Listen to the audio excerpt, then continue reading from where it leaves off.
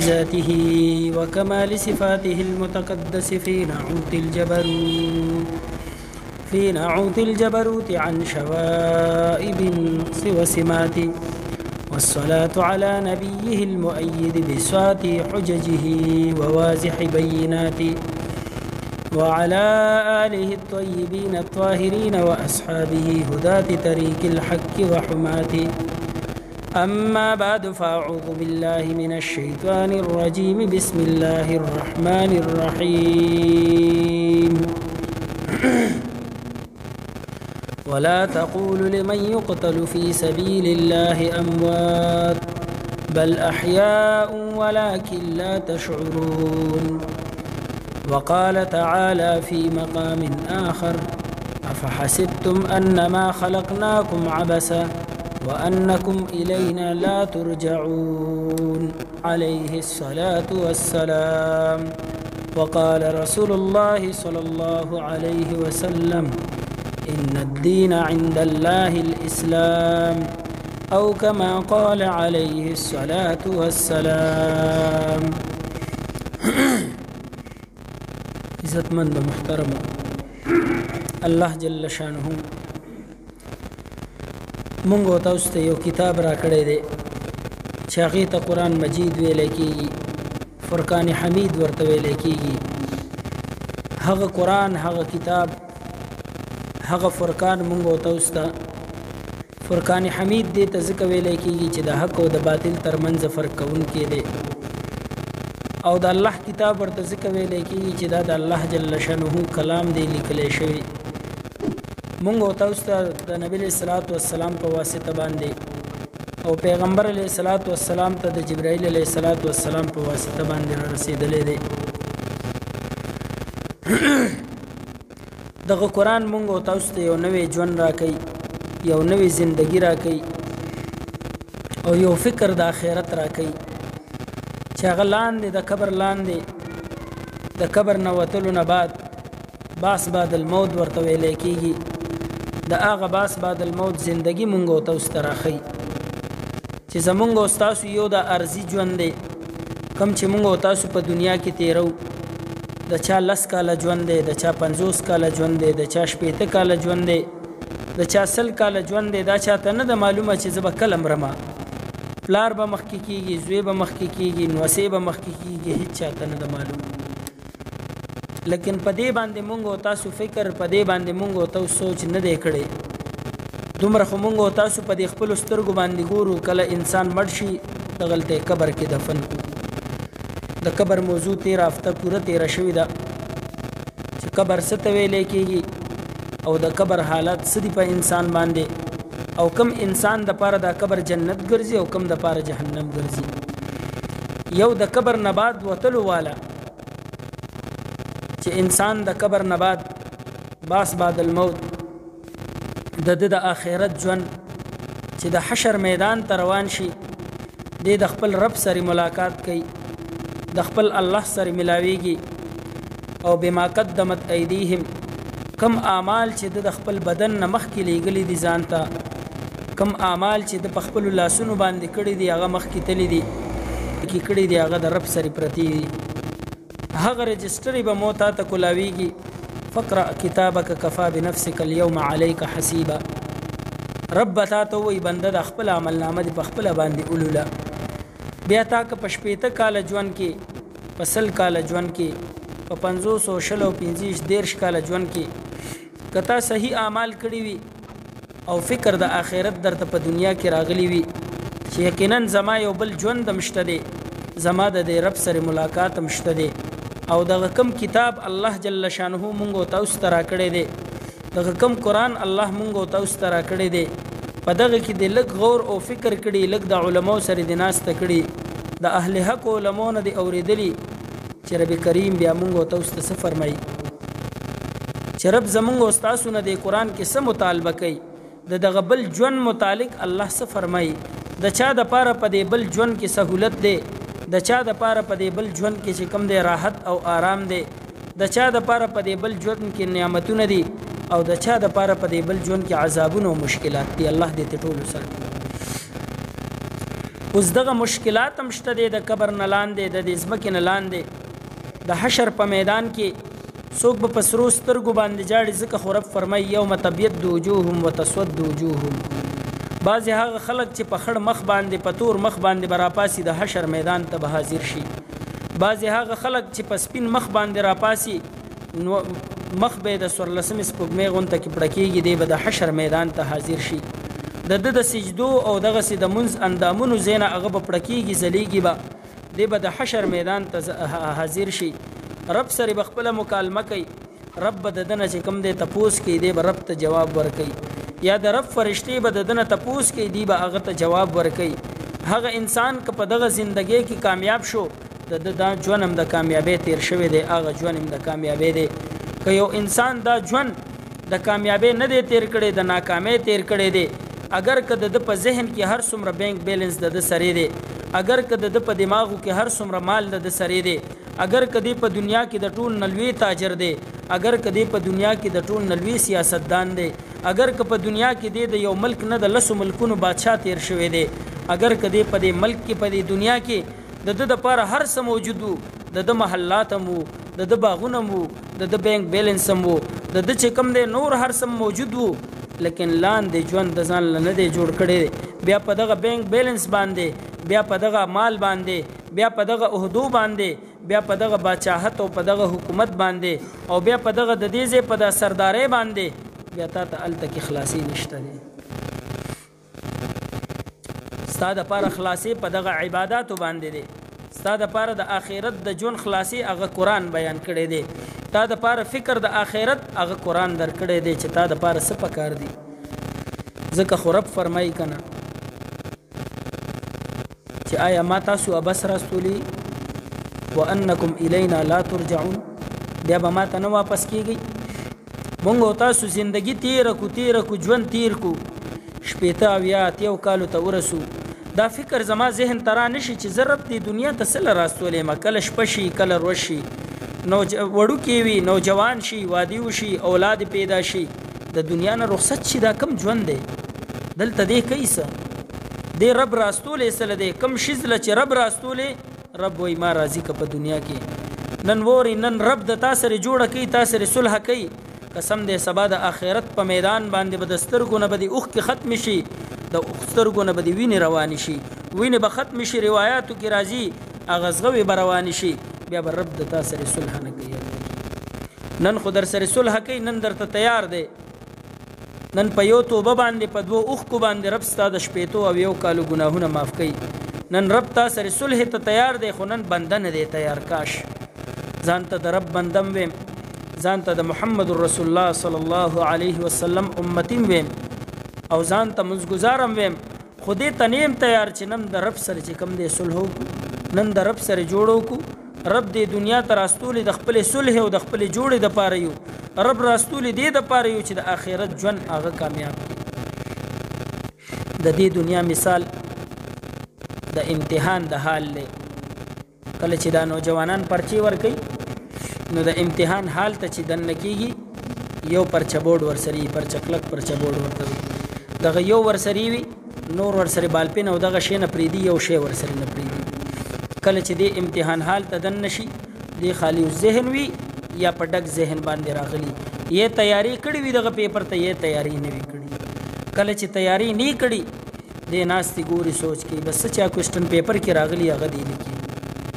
یا پرچه خالی ورکوي بیا د امتحان د حال نه چې روزي بیا افسوس کوي نو مونږ او تاسو ته خو رب هغه مقام هم نه دی راکړی د آخرت پیپر راته راغلی دي پرچې راته راغلی دي دا دنیا زمونږ او تاسو دپاره یو حال دی د امتحان حال ته رادننه شوي او رب راته پیپر اوټ کړي دي بنده که په دې لارو باندې لاړې کامیاب یې که په دې لارو باندې لاړې ناکام کېږي که په دې لارو باندې وچلېدې نو زما رضا حاصلې که په دې لارو باندې وچلېدې زما ناراستیا حاصلې که په دې لارو باندې وچلېدې د آخرت کامیابی حاصلې که په دې لارو باندې وچلېدې د آخرت د همیشه ناکامي درته ملاوي اخو رب خولی دي اخو رب دغه کتاب راستولی دی قرآن مونږ او تاسو ته یو شی ذکر کړی دی چې بنده په دې طریقه باندې روان شه په دې لار باندې روان شه ستا دپاره د آخرت هغه نه ختمېدونکي ژوند هغه نه تکلیفاتو والا ژوند هغه مشکلات والا ژوند، هغه د آخرت د حشر د میدان والا زندگی هغه ته آسانیږي.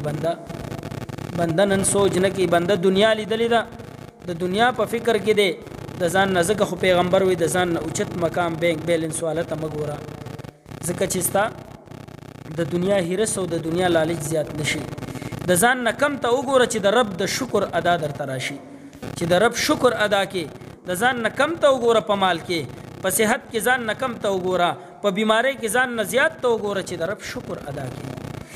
نن د دنیا د انسانانو د رب شکر وته دی، که د چا سترګې شته دی هغه هم ناشکره دی، که د چا سترګې نشته هغه هم ناشکره دی، که چاته رب د اندامونه صحیح ورکړي دي هغه هم ناشکره دی، که چاته الله اندامونه نه دي ورکړي هغه هم ناشکره دی. کاش چې مونږ او تاسو د آخرت د زندګۍ دپاره فکر کولې. لږ د ماسخوتن په ټیم کې مونږ دومره سوچ کولې چې سحر نه تر اوسه پورې ماسخوتن شو دا دی، ټول ورځ تېره شوه، ما ټول ورځ کاروبار وکړو، مثلا ما 10 لک روپۍ د ورځې وګټلې. په دې 10 لک روپو باندې رب راضي دی که رب ناراضه دی؟ زه د دې کرسۍ نه دې کرسۍ ته وړېدم، اوس په دې کرسۍ رانه رب راضي و، په دې بله رانه راضي دی که نه دی راضي؟ د دنیا یو لوی سیاستدان جوړ شم خو رب رانه راضي دی که نه دی راضي؟ د یو ملک حکمران او باچا جوړ شم رب رانه راضي دی که نه دی راضي؟ د دنیا د ټول نه لاندې ګدا جوړ شم رب رانه راضي دی که نه دی راضي؟ رب یو انسان هم نه پرېږدي. د حشر په میدان کې هغه به هر انسان ولاړي، چای هغه لاسګاډي کې خوره چلی، چای هغه د وزارت او د صدارت په کرسو باندې ناستی، دی به هم خپل حساب ورکوي، دی به هم خپل حساب ورکوي، دی به هم رب ته پیش کېږي، هغه به هم رب ته پیش کېږي. که د په خپله لاچارۍ او غریبۍ کې په فقر او فاقو کې رب راضي کړي وي دی کامیاب دی، که هغه په خپل مال او دولت کې رب راضي کړي وي هغه هم کامیاب دی. تا سره د دنیا مال دولت د دنیا ډیر زیات دی. فرعون ته د ټولې دنیا باچاحت ملو، نمرود ته د ټولې دنیا باچاحت ملو، د فرعون غونته دعوا انا ربکم الاعلی، وایي زه د ټول نه لوی رب یم، زما نه لوی رب کم دی، د رب سره ځان په خدایۍ کې یو ځای کولو. دومره دعوه لا چېرته حکمران نه ده کړې. دغسې دعوې کولې چې کله رب رونیو د یو اوبو باندې هغه تس نس کړو. د رب سره هغه آلات دي چې مونږ او تاسو د هغې سوچ هم نشو کولی. خدا د پیغمبر علیه الصلاۃ والسلام دعاګانې، د نبی علیه الصلاۃ والسلام جړاګانې، د پیغمبر علیه الصلاۃ والسلام د عرفات د میدان 6 غنټې جړا او دعا، د پیغمبر علیه الصلاۃ والسلام د شپې را پاسېدل او موتا د پاره جړا کول.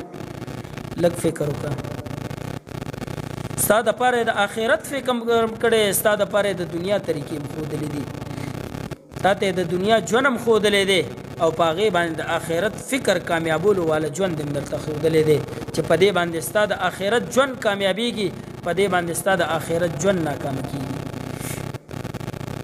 نن ما سره خو د دنیا فکر شته دی، سحر را پاسم دنیا به څومره ګټم، په کومه طریقه به ګټم، کم لحاظ سره به ګټم، ځان به څومره ستړی کوم، څومره مشکل او تکلیف کې به ځان اچوم. وایو که نه وایو؟ د چا خپل د لاس کار هغه ته پته لګي نن به دومره کار کومه چې کم از کم دا دومره پیسه برابره کړم، کم از کم دې دومره ځای ته ځان ورسوم، کم از کم دې دومره ځای ته چې کم دی دې عهدې ته زه ور ورسم. وایو که نه وایو؟ چرته هم دا نه دي ویلي، ذهن ته نه دي راغلي، الا ماشاءالله د ډېرو به راځي چې په نن ورځ کې به رب په کومه طریقه باندې راضي کوم، نن به د آخرت دپاره څومره اعمال کوم، زما کم ژوند چې همیشه ژوند دی په ما باندې را روان دی، چې زما پیغمبر علیه الصلاۃ والسلام په یو مجلس کې 80 ځل استغفار کوي، زما ستاسو حیثیت دی. د هغه آخرت د ژوند دپاره دا دنیا ده. سترګې دې پټې شوې، سترګې لا نه دي پټې، زنکدن راغو ستا دعا بیا نه قبلېږي، زنکدن سلګۍ در باندې ولګېدې بیا تا باندې چې کوم دی بیا د هغې نه بس ستا توبه نه قبلېږي. د زنکدن هوا در باندې راغه بیا رب ستا جړاګانې نه ستا د سترګو نه وینې روزي بیا غم نه قبلېږي، بیا د قبلېدو لار دې نشته دی. دغه قرآن فکر د آخرت نوجوان ته هم ورکوي، بچي ته هم ورکوي، مشر ته هم ورکوي، کشر ته هم ورکوي، نارینه ته هم ورکوي، زنانه ته هم ورکوي چې دې دنیا کې ته همیش ژوند دپاره نه راغلی. مونږ دومره سوچ هم نه کوو. که دې دنیا کې همیشه ژوند وی زما مور بتله، که دې دنیا کې همیشه ژوند وی زما پلار بتلو، که دې دنیا کې همیشه ژوند وی زما رور بتلو، که دې دنیا کې همیشه ژوند وی صحابه بتله، نبی علیه الصلاۃ والسلام به د دنیا نه تلو. داغه نه لوی هستی به په دنیا باندې قدم پرېږدي، داغه نه لوی مقام والا به بیا چې کوم دی اسمانونه وویني. نه د پیغمبر علیه الصلاۃ والسلام د قدم نه لوی قدم په دنیا باندې راغلی دی. د پیغمبر علیه الصلاۃ والسلام په وفات سره ځمکه هم جاړي، اسمانونه هم جاړي، عرش هم جاړي، فرشتې هم جاړي. ربه هغه انسان نن لاړو د مدینې منورې د خاورو لاندې شو، کم انسان چې هغه باندې اسمانونه هم آباد و، هغه باندې فرشتې هم آبادې وي. هغه فرشتې هم اوښکې لړکوي د څه وجې نه چې بیا دغه انسان د لیدو نه دی، نن به د خاورو نه لاندې دفن شي. مونږ او تاسو په خپل ځان باندې فکر وکړو، د چا مور پلار تلي، نیا نیکه تلي، هغه سوچ وکړي چې د کله نه په هغه باندې خاوره اوړېدلې ده، بیا دې لیدلی دی هغه چهره، بیا تا کتلی دی. دغسې به یو ورځ په مو تا باندې خوره وړي، بیا د کتو قابل به نه یو، بیا به زمو ستا اعمال زمو د ستا سرې ځي، بیا بل څه مو تا سرې نه ځي آخرت ته. بیا قبر ته به مو ته خپل اعمال وړو، دغه عبادتونه به وړو، دغه د قرآن تلاوت به وړو، دغه صدقات او زکاتونه او دغسې د حج اعمال، کم اعمال فرض دی هغه به وړو، کم اعمال نوافل دی هغه به وړو. رب ته هم څومره جړاګانې او څومره فریادونه کړي دي هغه به وړو رب ته، بیا بل څه نشي وړی. بنده لږ په دې باندې سوچ وکړه، لږ په دنیا کې روزانه 2 منټه د رب د رضا دپاره وباسه چې رب په څه باندې راضي کېږي، رب په څه باندې خوشحالېږي. 2 منټه د دې دپاره وباسه چې په ما باندې یو بل ژوند را روان دی، هغه ژوند دپاره ما څه تیاری کړی دی، د آخرت د مقام دپاره ما څه حصه اخیستې ده. ما خو د دنیا په هر فیلډ کې، په هر کار کې، په هر تجارت کې هغې کې ما حصه واخیستله. د آخرت چې کوم ژوند په ما را روان دی، دې ژوند کې خو زه دومره رو رسېدم، په هغه ژوند کې دومره یم که هغه ژوند کې هم دومره را رسېدلی یم. لوی لوی کامیاب خلک شته دی، هلته کې بادشاه هم نه دی خلاص.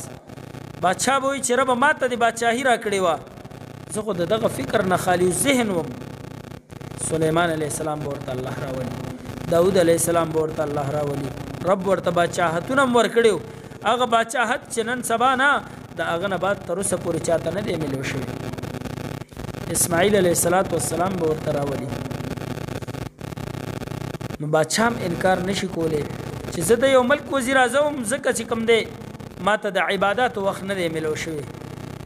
وایي داسې بادشاه مې په دنیا باندې تیر کړی چې هواګانې او یخني ګرمي دغه هر څه مې ورته سپارو دي، د هغه نه لوی بادشاهت خو د تا سرې نه و، په هواګانو باندې ګرځېدو د هغه تخت. نن تا انجن ایجاد کې په جس کې الوځي، هغه د تا نه دومره وخت مخکې چې کوم دی دغه تخت به هواګانو چلولو.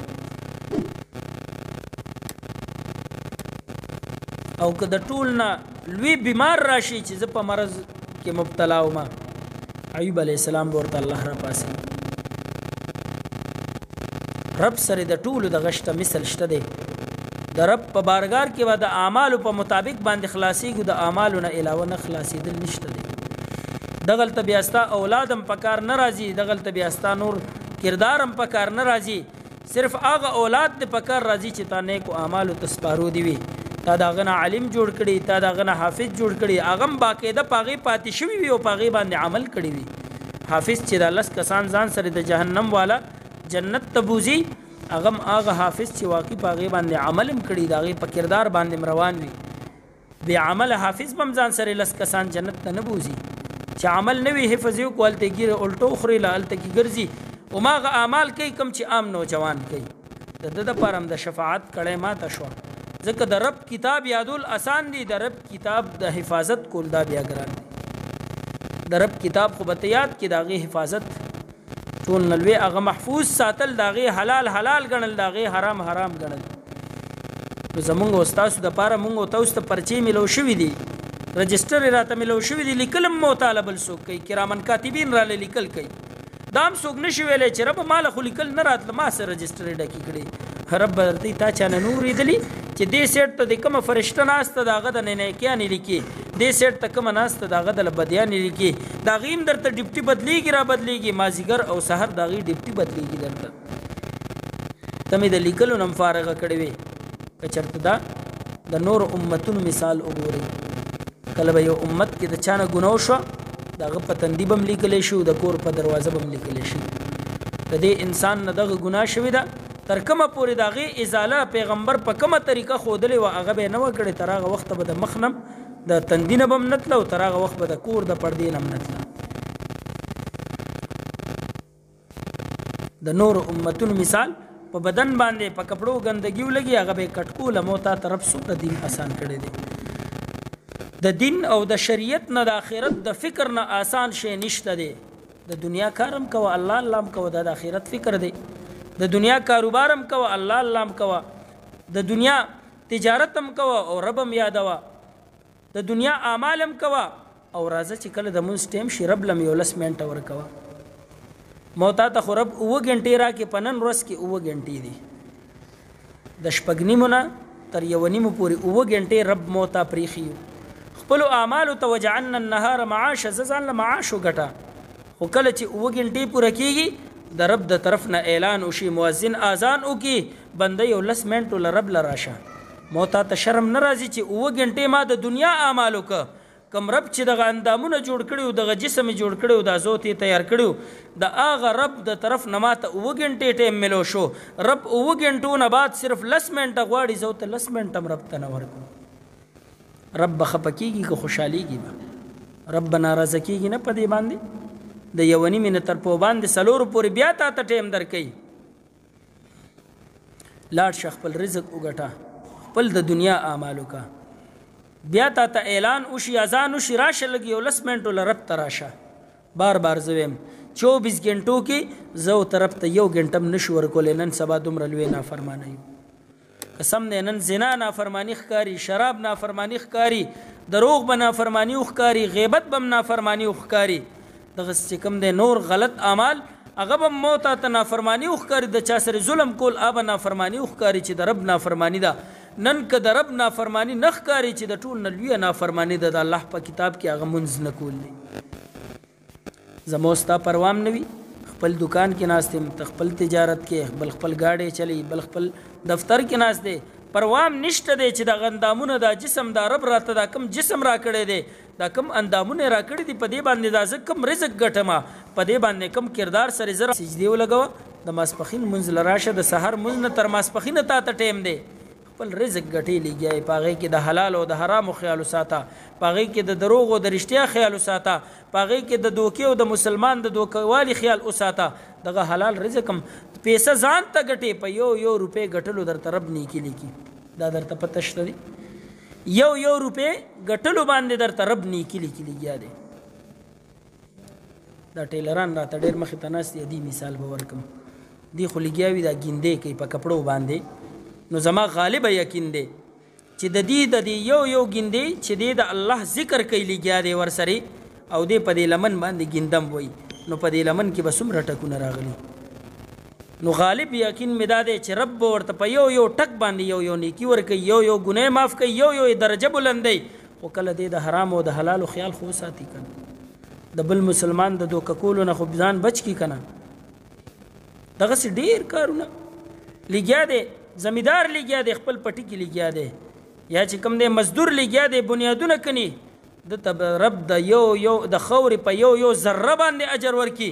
خو که چېرته دی د بل مسلمان د دوکې سوچونه کې، چېرته دی په خپله مزدورۍ کې د دروغو سوچونه کې، چلته خپله د مزدورۍ عمل هغه د پیغمبر نه خلاف ونه چلی، چېرته دی خپله مزدورۍ کې که رب ته حاضر شو، نو په دغه یو خورې یو بلچه خورې لړکولو باندې په دې خوره کې څومره ذرات دي، رب ورته د یو ذرې اجر ورکړي. رزق ځان ته ګټې، حلال رزق ګټې، د دروغ او د رښتیا تمیز ورته کې، د حلال او حرامو تمیز ورکې کې لګیا، بل مسلمان نه دوکه کې، پیسه د جیب ته راځي اجر درله رب درکوي. دا رب د بخښنې بانې نه لټوي، دا رب د حشر میدان کې تا کامیابول نه غواړي. په خپله لاره کې تکلیف والا شی پروت دی، اوچت دی کو سیټ ته دی کو بچي مې پې پرونه ځي، رب تل په هغې باندې اجر درکوي. نن خو د فکر آخرت د پار رب د انسان د پار باندې لټولې دي. کاش چې انسان په دې باندې پوه شي چې زما آخرت په څه کامیابېږي. ستا آخرت ستا په رزق ګټلو هم کامیابېږي، خو که په دغه رزق ګټلو کې تا د رب عبادت پرې نه ښودو، په دغه رزق ګټلو کې تا دروغ ونه ویل، په دغه رزق ګټلو کې د بل مسلمان د دوکې سوچ دی ونه کو، په دغه رزق ګټلو کې دی 2 نمبر مال په 1 نمبر مال باندې بدل نه کو. اسانی خبرې دي. پیغمبر تجارت کړی دی، د ټول نه لوی د برکت مال تجارت والا مال دی. پیغمبر د برکت مال تجارت والا مال ته وایي. خو چې ته دوکه خو چاته ور نه کړې که نه، ته خو دروغ ونه وایې په خپل مال باندې، پیسه دې خپله ده، تکلیف دې خپل دی، مشکل دې خپل دی، کرایه دې خپلې ورکې، په یو دروغو درته رب سم مال حرام کړي. ته سوچ وکړه.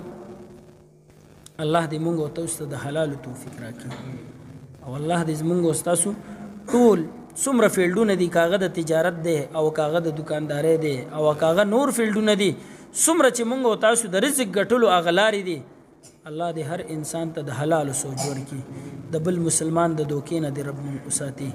صرف او صرف دومره سوچ په هغه وخت کې چې زما د آخرت به څه کېږي. زه خو نن دلته ناست یم دا کار کوم او د ورځې دومره ګټم، خو زما د آخرت په څه کېږي، د آخرت مې څه سوچ دی. فکر آخرت وکړه چې رب به تا ته څه درکوي، لاندې ستا دپاره کم ژوند دی. الله دې راته را نصیب کړي.